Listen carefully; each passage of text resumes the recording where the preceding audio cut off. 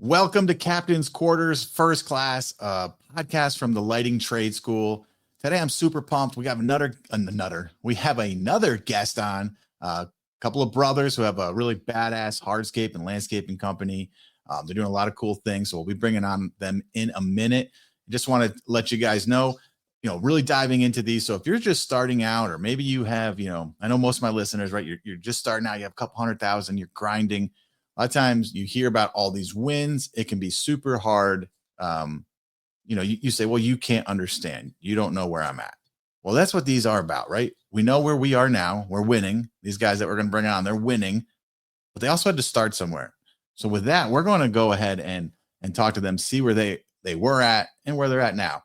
So without further ado, we have on the show here, we're bringing them to the stage. What is going on? Feeding the ducks, daydreaming, night driving is what I meant to play. Here we go. We got the Patio Brothers, Chris and Rich Vazzana. They What's have up, a 7-figure hardscape landscaping company. They also have Process to Profits. It's a school to teach other landscapers and hardscapers what to do. Check it out. We will talk about that a little bit later. But boys, how you doing today? Doing great, man. Appreciate you for even having us on here. This is huge for us, so we really appreciate the opportunity. Yeah, absolutely. Having us on, man.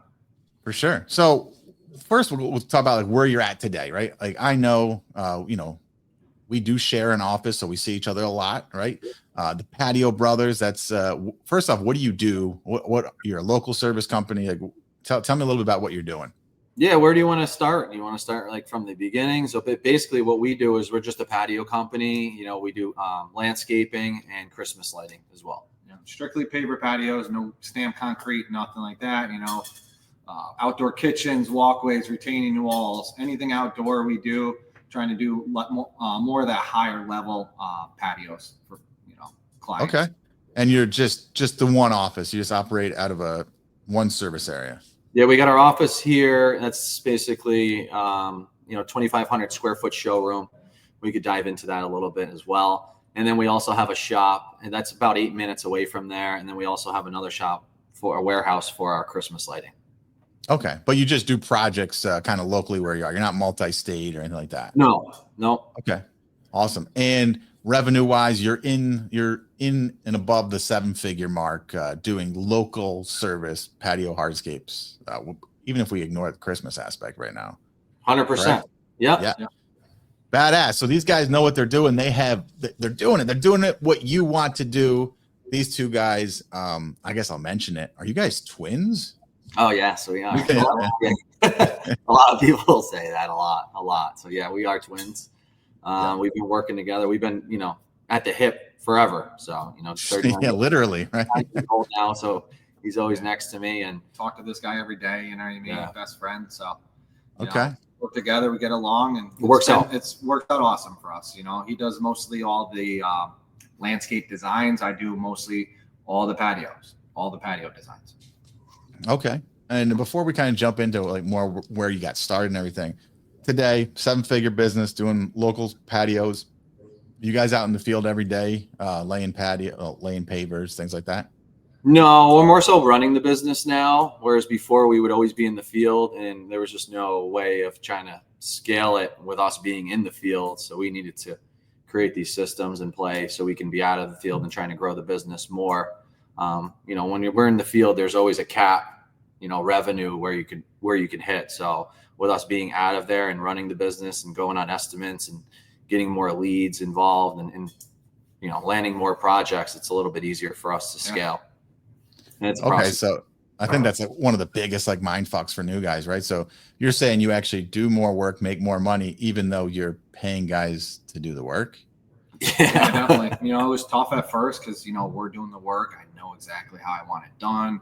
It's more efficient with myself and Chris on the job sites, but we had to cut that tie and find the right guys and put them in place and train and teach everybody how we like, the project's getting done. So the systems that we put in place helped us. Sweet. And that was a super smooth process. Like the first couple guys you hired were totally legit and you just went, right? No, that's what you think. You think it's like that. And it's just always like, hey, let's get someone in play, and that person may not work out. So it was just a lot of trial and error to see who was the right fit. And then it was just, we didn't have like the correct systems in play when we were out of the field, and felt like, our employees were running the business more, as far as like just going to the shop and saying, hey, go out and do this job. We didn't have any, apps or anything like that in place. And it just, we were more so on the job still, just trying to make sure things are moving along. And it was just a whole process to try to find out what works best. And it's not like you're just going to jump right into it and be like, yeah, I'm just going to take off and you guys do your thing. It's a lot involved. Yeah. We all, don't get us wrong. I like to still get on the job sites, check them out, help them out for an hour or two here, get in the machine, just to move the jobs along a little bit faster and, more efficient. Sure. Yeah. I mean, that's a lot different though than, if you didn't show up though, the job would still get done. And that's totally different. A lot of guys have, they can be so confused. Like that can be them hiring their first couple of guys can be one of the biggest hurdles, because, and I know I went through the same thing. If I'm going to pay someone to do the job that I can do, right? You guys can lay pavers. Like, won't I lose money? Won't I make less money? And for me, and obviously you guys just said, it's crazy because you actually end up making more money, right? When you have the right team, and you have to, that's a big caveat, right? You got to put the right people in the right seats, and that's the hardest part, is finding those people, that want to commit to you. And when we, hire on people, we go through our entire company of what we're about, how we even go on estimates, what we do, how to talk to our clients. We probably and we go over all of our core values. So we basically have a whole booklet. It's a whole our onboarding process. It might be a lot different than anybody else's, where, we're sitting down for a good hour with that person to see if they're the right fit for our company. If they're not the right fit, we'll tell them right then and there. We ask them questions and all that type of stuff. And then we want them to know what to expect when they step on that job site the first day. For that higher end client that we're going for, and that higher end experience, what we're, showing our clients right from the get-go, right from that consultation to the proposal, to the contract, and then to the start date, what we do once we arrive on that project. So, teaching our guys that right off the bat is huge for us. Yeah. And that's cool for me to see, because I've seen the evolution even since, we've been together, right? Because even when I first was in the office and everything, you guys didn't even have, you might have had process. I'm not saying a process, but you didn't have what you have now. Like, no. I saw some of your interviews. They're just like mine. Like, hey, they showed up. Hey, man, we're going to lay pavers. You good? Yeah, I'm good. And it was that was like your hiring process, right? As long as they kind of filled out the app, showed up, and you liked them, that was it. Absolutely. Right? Yeah, and we set the tone right away. We have their name on a big 65-inch screen. When they sit down, they see their name. They see our company logo right there. So they're like, oh, wow, I see my name right on the 65-inch screen. And then we go through the whole process with them right on that entire that TV screen. Yeah, we have a whole slideshow involved when it comes to that. So it's awesome. Yeah. You guys are like treating, like what a lot of business owners don't do, is you're treating the employees, like you have to advertise to the employee market too, right? It's not just the clients. There's a lot of badass guys out there that are never going to consider you if you don't treat them as well as the next guy, or you don't have a way of them understanding it. You guys, I know you lay out, here's ways you can move up in the company. Here's the plans. It's brilliant. It's a second form of marketing. You're marketing towards an employee rather than just a client, which is awesome to see. Yeah, it's easier for that employee to see what we're about, how they can scale in our company. Whereas they go to somebody else and they're like, yeah, you could start tomorrow, and we'll start you at this, and then we'll give you a raise here and there. They know when their next evaluation is going to be, how that works in the field. When we're looking at our managers are watching them, and we do have team meetings, we have manager meetings, and all that type of stuff. So it helps out, and it shows that that they could scale in our company and work their way up. Yeah, absolutely. All right. When did you actually start? I mean, I know you're the Patio Bros now. You were Black Diamond Design before the rebrand. When did you start, your business together? We started in 2010. Okay. It's still Black Diamond Design Landscaping. At the end of this year, we're going to be relaunching it to the Patio Bros. The Patio Bros is just a brand my brother and I picked up on Instagram, just to kind of like showcase what we do in the field and how we operate our systems. So then it kind of like grew on us where we're like, hey, you know, it's niched down to what we do now. So we want to take the Patio Bros brand and take it to the next level, where as we wouldn't be able to do that with Black Diamond Design Landscaping. And it was a tough transition. Like my father, I would, you know, they're old school. So I'd be like, we're going to rebrand our business. And their dad's like, what are you fucking crazy? Can I swear on here? Yeah, of course. Right, what are you fucking crazy, dude? Don't be changing your name. So they don't know, but he's always been like that, where he doesn't see our vision where we want to take the company. I'm like, relax.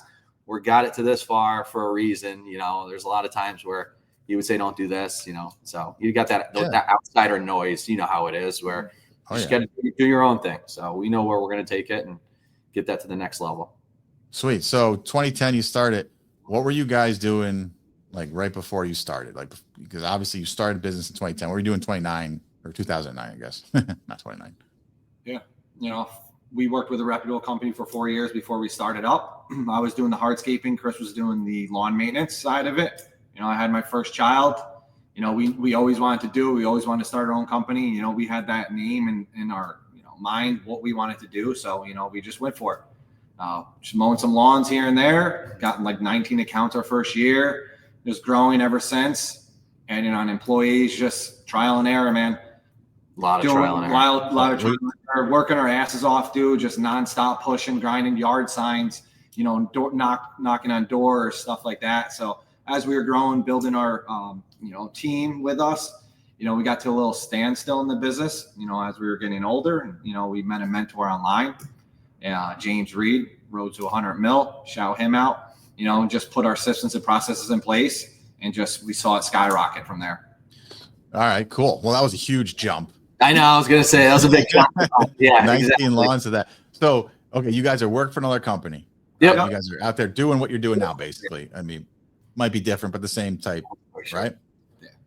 What do you do then? Like you just leave? You both quit the job and just go? Like, yeah, it was towards the end of the winter when we were like, hey, let's start putting this in place. That's when it was a little slow and we were still doing snow removal for those guys.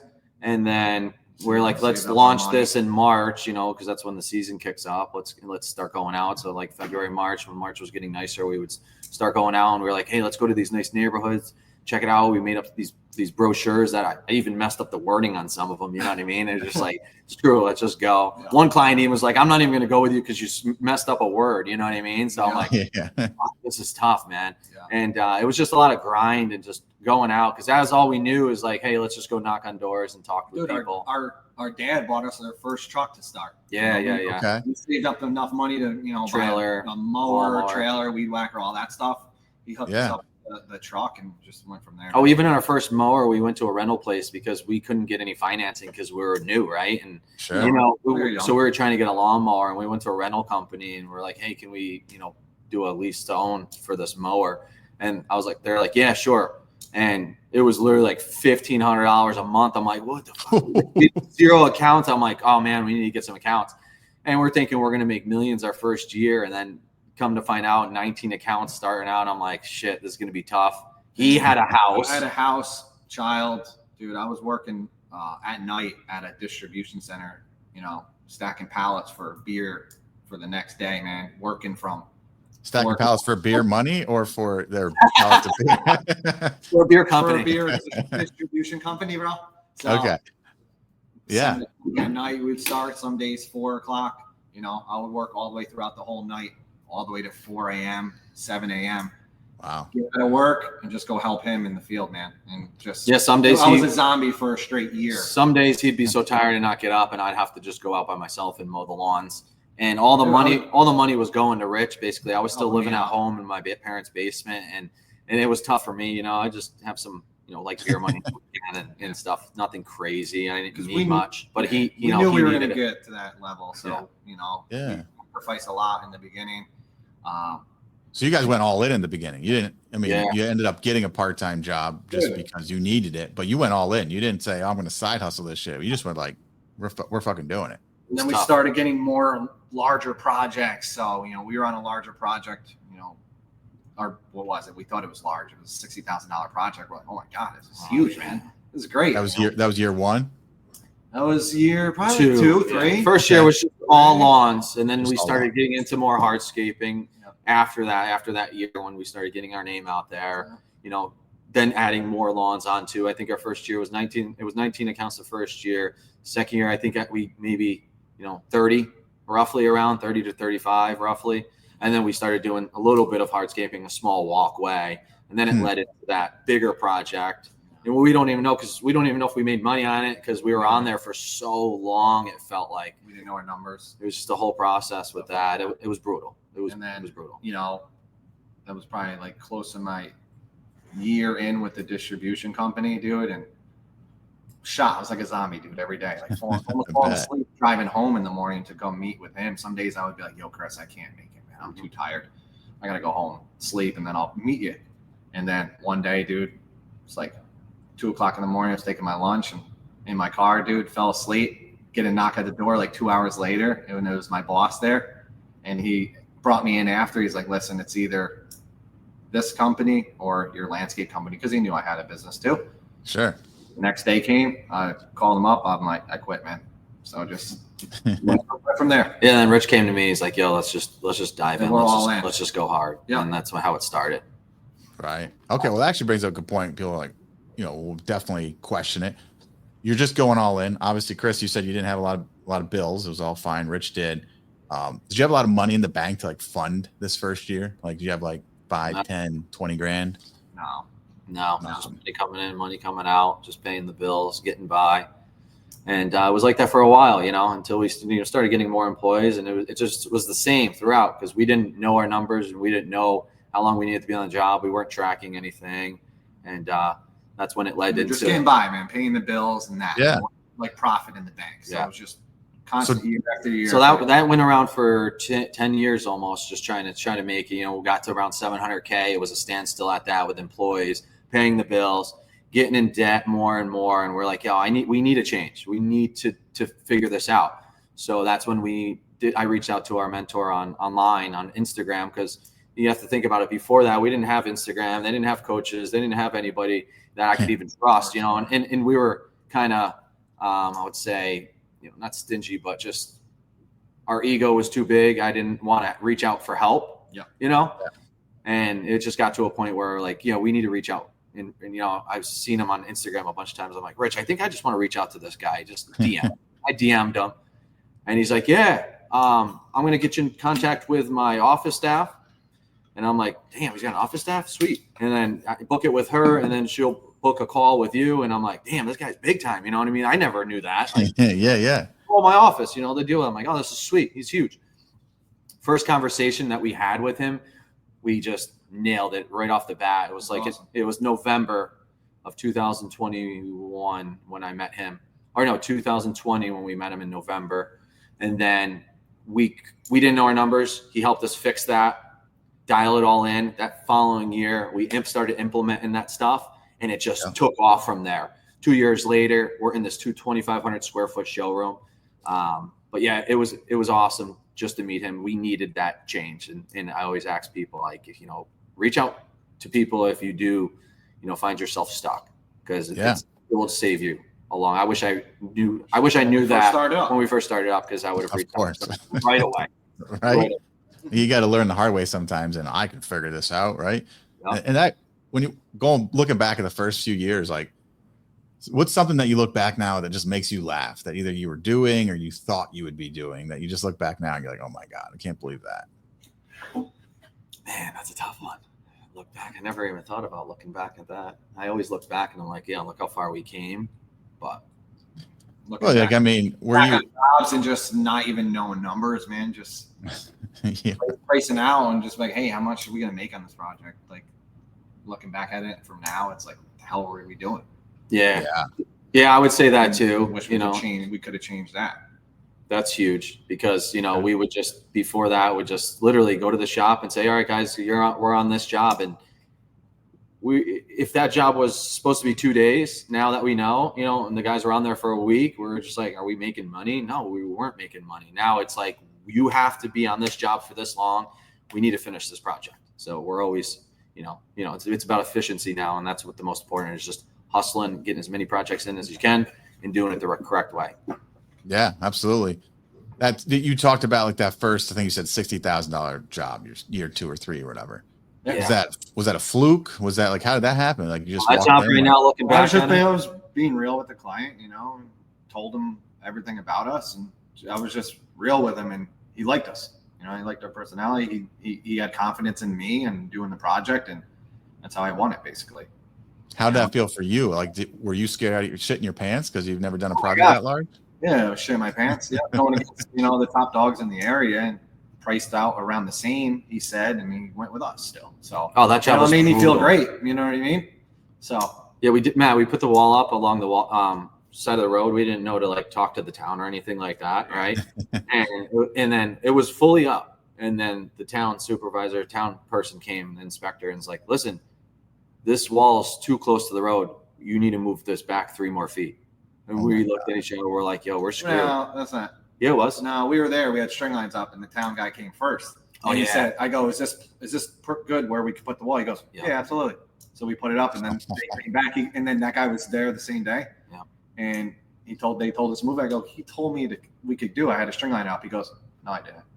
We had a gas line on that job, dude, and we had fucking NIMO there, like the whole, you know, police. It was insane. Police, fire, crazy. Dude, they shut down the whole block. It was insane, man. That job, after knowing that, I was like, that job should have been $150,000 job. We did it for $60K. Like, so it made us really learn a lot. Yeah. Did that job make you want to continue doing those big jobs, or did it kind of make you a little gun shy about the big ones? It just makes you, it's just a learning process of like what you need to do for the next one. We were prepared for our next wall, then we got it. You know what I mean? Exactly. Yeah, okay. What needs to get done, You got to right? learn somewhere. How to go about doing that job. So it's just, like I said, it's a learning curve. What's like a mistake you've made along the way that still cost you money to this day? What's a what? What's a like mistake? a mistake, something you've done that's still costing you money. Like you wish you could go back and change it because it still costs you money even now. What would you say? Oh, that's a tough question. Not sure right now, man. All right. I mean, that sounds deep. That sounds like the one I want to hear. All right. Well, if you think of something, you know, yeah. Has there ever been a time you guys have been out there and you just like, you had that moment where you wanted to quit, but you didn't? Oh, 100%. Yeah. Every day it was like, why are we doing this? You know, back when we didn't know really much. Employees were running the business basically because we didn't have anything in place, and it was brutal. We owed vendors so much money, dude, at certain points, and we were just like, what are we doing? Yeah. Rich would even say like, listen, because he had a family and all that too, and he was like, listen, if this doesn't work out the following year, you know, I'm gonna have to look for a job because we can't keep doing this. But we just kept at it. We just kept at it. Say why? Yeah, it was just, I think, why we kept at it. Yeah, we didn't want to work for anybody else. We didn't want to work for anyone else, man. And we knew we could do it. We knew we had the drive in us. So okay, that's what made us push. My family, you know. And I didn't want to let us down, and I didn't want to let Rich down because I have him, you know. So it made me step up to figure this thing out. So that's where Rich was at that point where he was like, yo, if it doesn't work next year, I've got to take care of the family. We got to do something different. Did it switch next year? Is that when it all kind of changed, when it was like, you know, back against the wall? Yeah, 100%. Yep. That was when it would happen. And that's when I started trying to find somebody that would help us. Cause like I said, we didn't really have Instagram where people were coaching and all that. I just stumbled upon, our mentor right away. And he was the first one I reached out to. And he changed our business fully. He went through the same struggles as us. Yeah. As he was putting it out there. So I'm like, wow, he went through the same thing. But the hook that got me on Instagram was, I was in debt with over $300,000. The IRS was going to seize my house. And then I got out of it and I was like, damn, if this guy could do it, why can't we? And then after our first conversation we had with James, he saved us like $70,000 right off the bat with like, hey, switch this machine, take this off. You don't need this. This is that.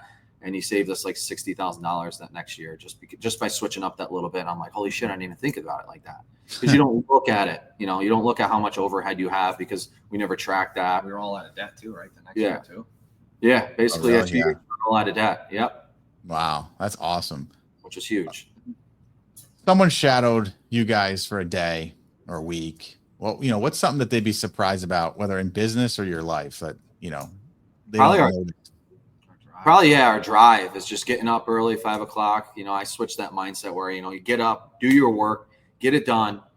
And don't scroll on your phone. Yeah. Get your proposals out, man, early. Just the drive, I would say. Just pushing as hard as you can, showing the guys the correct way of doing things, helping people out. I like to help people. That's like my number one thing is to help people. Even when I'm in the field, I try to help guys and not be negative if they're doing something wrong. So that would probably be most likely our drive and just, our care for what we're doing. Okay. What about, you got a part of the business or something you're doing in the business that you guys absolutely hate, but you haven't fixed yet? Yeah, we're slack. We don't slack on it a little bit. It's just is when we have project folders and that has all of our expenses throughout that project.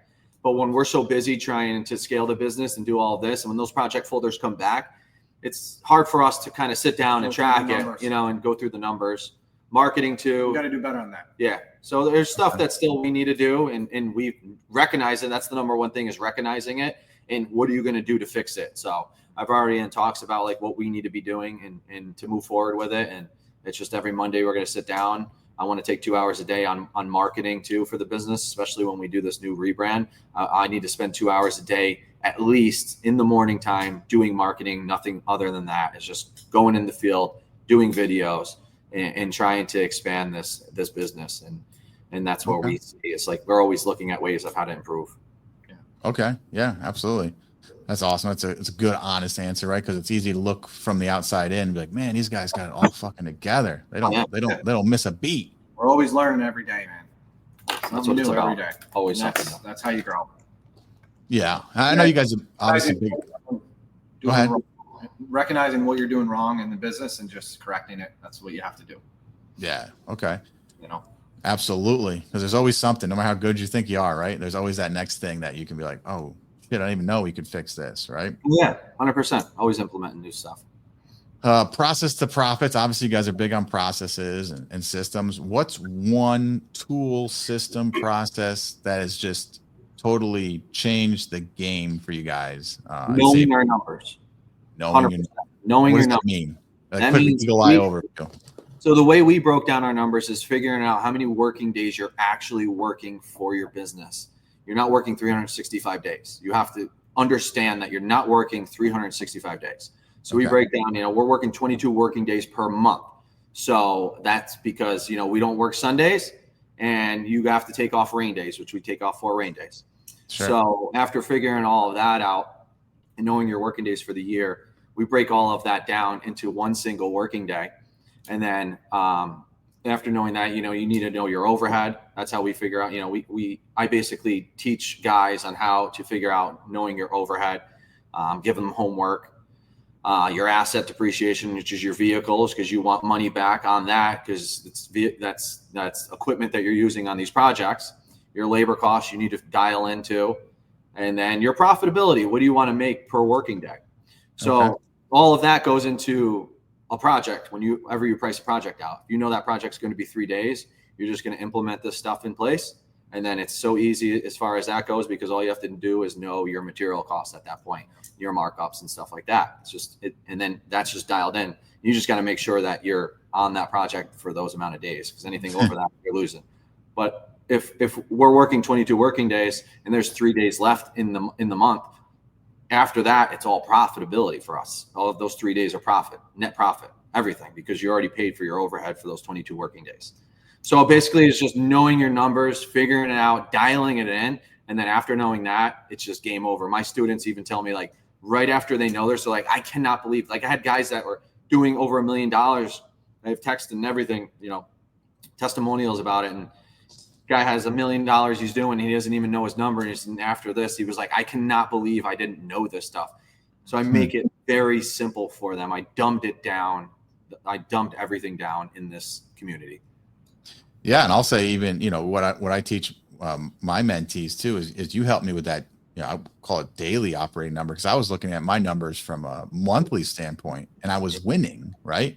Yeah. Then when we started looking at it daily or by the project, I found I was losing on some projects, but I had enough wins across the whole month that kind of just made that disappear, and I never noticed it. So I think how you do numbers is amazing, where you just know, like, hey, if we're on this job 2 days, we win. If we're on it 3, like, we're going to be out there making sure the job's done because we're about to lose money. Like that. Yeah. So if people are going out there just on a whim and just saying, yeah, let's see if I make some money, you're really not. It's not like the job's $5,000 and at the end of the job, you're left with $2,000. It doesn't mean that $2,000 goes in your pocket.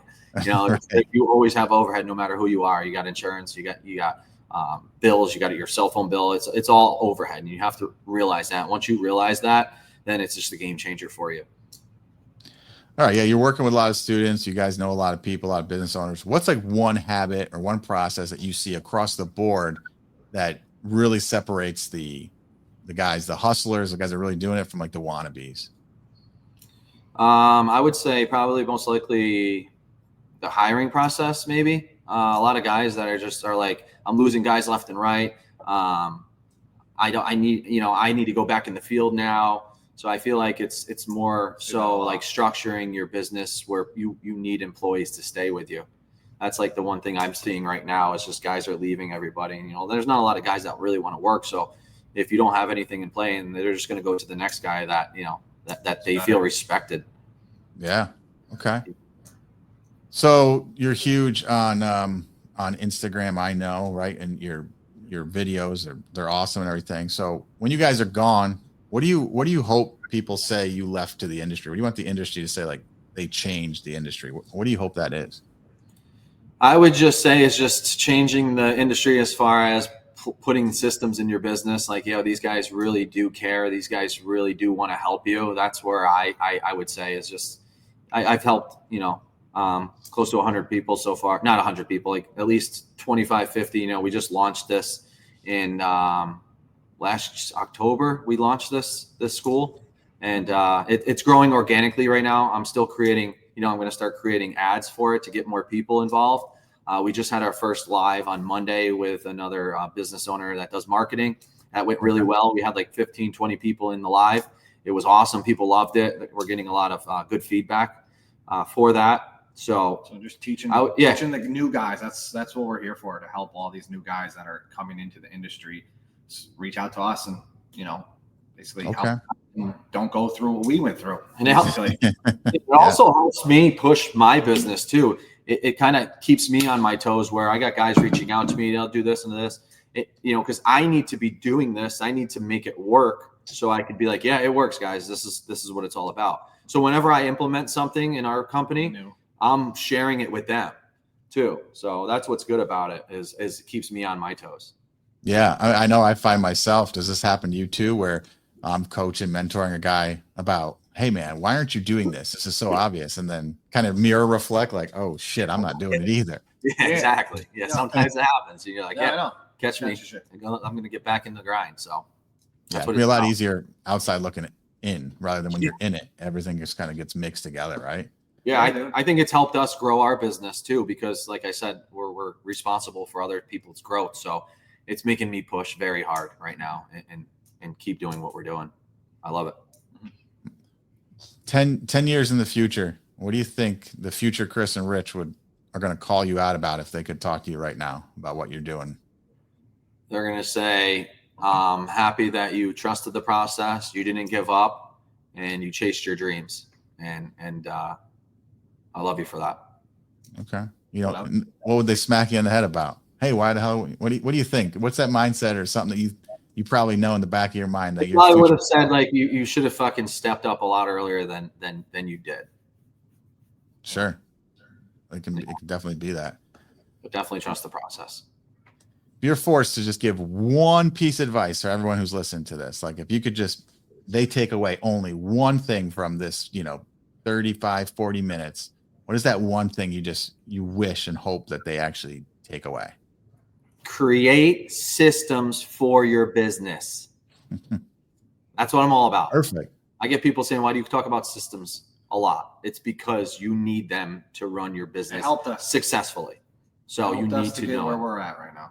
Systems. And Awesome. the school. Join the school, man. It's free. Yeah, tell us about that. Tell me a little bit. What is the school? What goes on there? How do they visit it? Or is it like I come to a school and sit down? No, so basically it's a school community. Alex Hermosi made it up. SKOOL. If you go on our Instagram at the Patio Bros, then you will see it right link in our bio. Very easy. Click it. It brings you right to it. Tells you everything that we do. I do give some free game out when it comes to the free version. I don't give it all. We do have a paid version as well, but at least I let you know what we are doing at the paid version. Also giving you some free game. But we dumbed everything down in our business. Everything that we do in our business, we give to you. It's exactly what we do. Start Here is basically you just start here. You watch all of the videos. Tells you everything you need to know of how to know your numbers, what we just talked about. Okay. And then answering the call whenever that phone rings, you know exactly what needs to be done. Going on the consultation, after the consultation, door to deal. That's what it's called, basically. Going on the consultation, and then the start date when you start that project, when you end that project. We have employee structure on there. We have branding your business on there, and a whole bunch of other cool stuff. It's pretty cool. So we just dumbed it all down where it just makes it easy. Okay. And is that better for like guys that are just starting their business, or is it you can apply it at if I'm making 500,000, I could apply that school, or what's that target like? What was the question? Sorry. Like, what are they? Is it only people who are just starting out, or is it for people who are? No, it's for everybody who doesn't, have anything in place for their business. It's any service-based business, but we niched it down to landscapers and hardscapers. But for any service-based business that wants to get in the field, somebody could be doing $5 million and still know their numbers, not making any money, and this and that. Yeah, it has all the apps that we use. You helped us with some apps and implement some stuff too, with knowing with Telegram and all this other cool stuff. And sure. Monday.com is our CRM program that we use. So I have business structure in there, exactly, how to structure your business and all of that. So it's just it's step by step. It's very simple. Start here, end here. Simple. All right. One last question, because I know guys are going to check you out. So first off, it's at the Patio Bros on Instagram. At the Patio Bros. Yep. So they're going to see it. They're going to see you have what, 12,000, 13,000, something. Hey, almost 14,000. Oh, hey, you got a lot of fucking followers. We got almost 40 on TikTok too. Not that much, dude. Yeah, it's still, we're always trying, but it's always about being consistent. But you're a local patio company, right? So I mean that's a huge feat. Like, let's not brush it off like that is a ton of followers for a local. You're a local patio. If we just break down everything else, you're a local service company, right? And so, what was there one video that made you do that, or is that from like a constant grind, or like constant grind, man? Dude, this guy, man, post, and literally, this was 3 years ago. We started just saying, we should just. Social media is getting big. Like, we need to just keep posting and posting. I have a social media coach I had to buy. So I even, look out to other people. So I have a social media coach that helps us. He's helped me with the school. He's helped us with a whole bunch of stuff. But the main thing is just being consistent with posting. I always tell people, at least post once a day. At least if you're going to do anything, at least once a day. If you're going to be grinding, you want to grow further. Like, I feel like once a day is not enough for me. And I need to be posting 3 to 5 times a day. And that's the next swing of thing, is just posting 3 to 5 times a day for me. And I do sometimes, we probably get almost 150, 160 posts a month out. Wow. So that's on average. So okay. That's what it's about, is just grinding. That's been like that since, 3 years ago. Yeah, before we used to just post. So there's some videos that go viral. There's some videos that don't. There's some you're going to come to a standstill because some people don't like your content. So it's just more so about being consistent, finding what works. Once you know a video that goes viral and it does well for you, stick to that form of content and work around that, with videoing. Reels are huge. So always do reels. Easiest form of content to do, to give you a little tip, is documentary. We have the meta glasses that we just throw on, and we just document what we do. It's very simple. That's what I like about it. And the new style videos are kind of popping off right now, which is great. Yeah, that's awesome. And all those followers, those are just from like Fiverr for $10 or whatever? Huh? You just go on to Fiverr and buy followers? Is that the recommendation? We don't buy any followers. I hate people who buy followers. This one kid DM'd me. He was like, yo, I just bought 20,000 followers. I go, for what? Like, I hate it. I hate when people buy followers. It's like, you're going to be lost in the algorithm. Instagram's going to find out. You're going to lose the followers again. And then you're going to be, shadow banned. So it's not even worth you doing that. So he got really pissed at me and blocked me from saying That's awesome. All right. Well, guys, thank you for taking the time. You guys got a badass hardscape landscaping company. You're doing awesome things with the school. If you are in hardscape and landscaping, for sure, any service business, but definitely that, totally niched out. These guys have been there doing what you want to do. Check them out. Check out at the Patio Bros on Instagram. You have a regular website, or you just want them on Instagram? Instagram's fine, and then I'm always active on there. That's why I always tell you it's the easiest way to get a hold of me. Sweet. All right, guys, check out the Patio Bros. Check them out in school. Join the free school, then free school, and go for the upsell. Make That's some money. Simple, guys. Hope to see you all there. I appreciate you, Matt, for even Thanks having for us. watching, guys. Yeah, thank you so much, Matt. And let's crush it. Get after it today. Thanks for having us on, buddy. Hell yeah, guys. This has been Captain's Quarters First Class, podcast from the Lighting Trade School. Guys, go out there and make some damn money. Peace.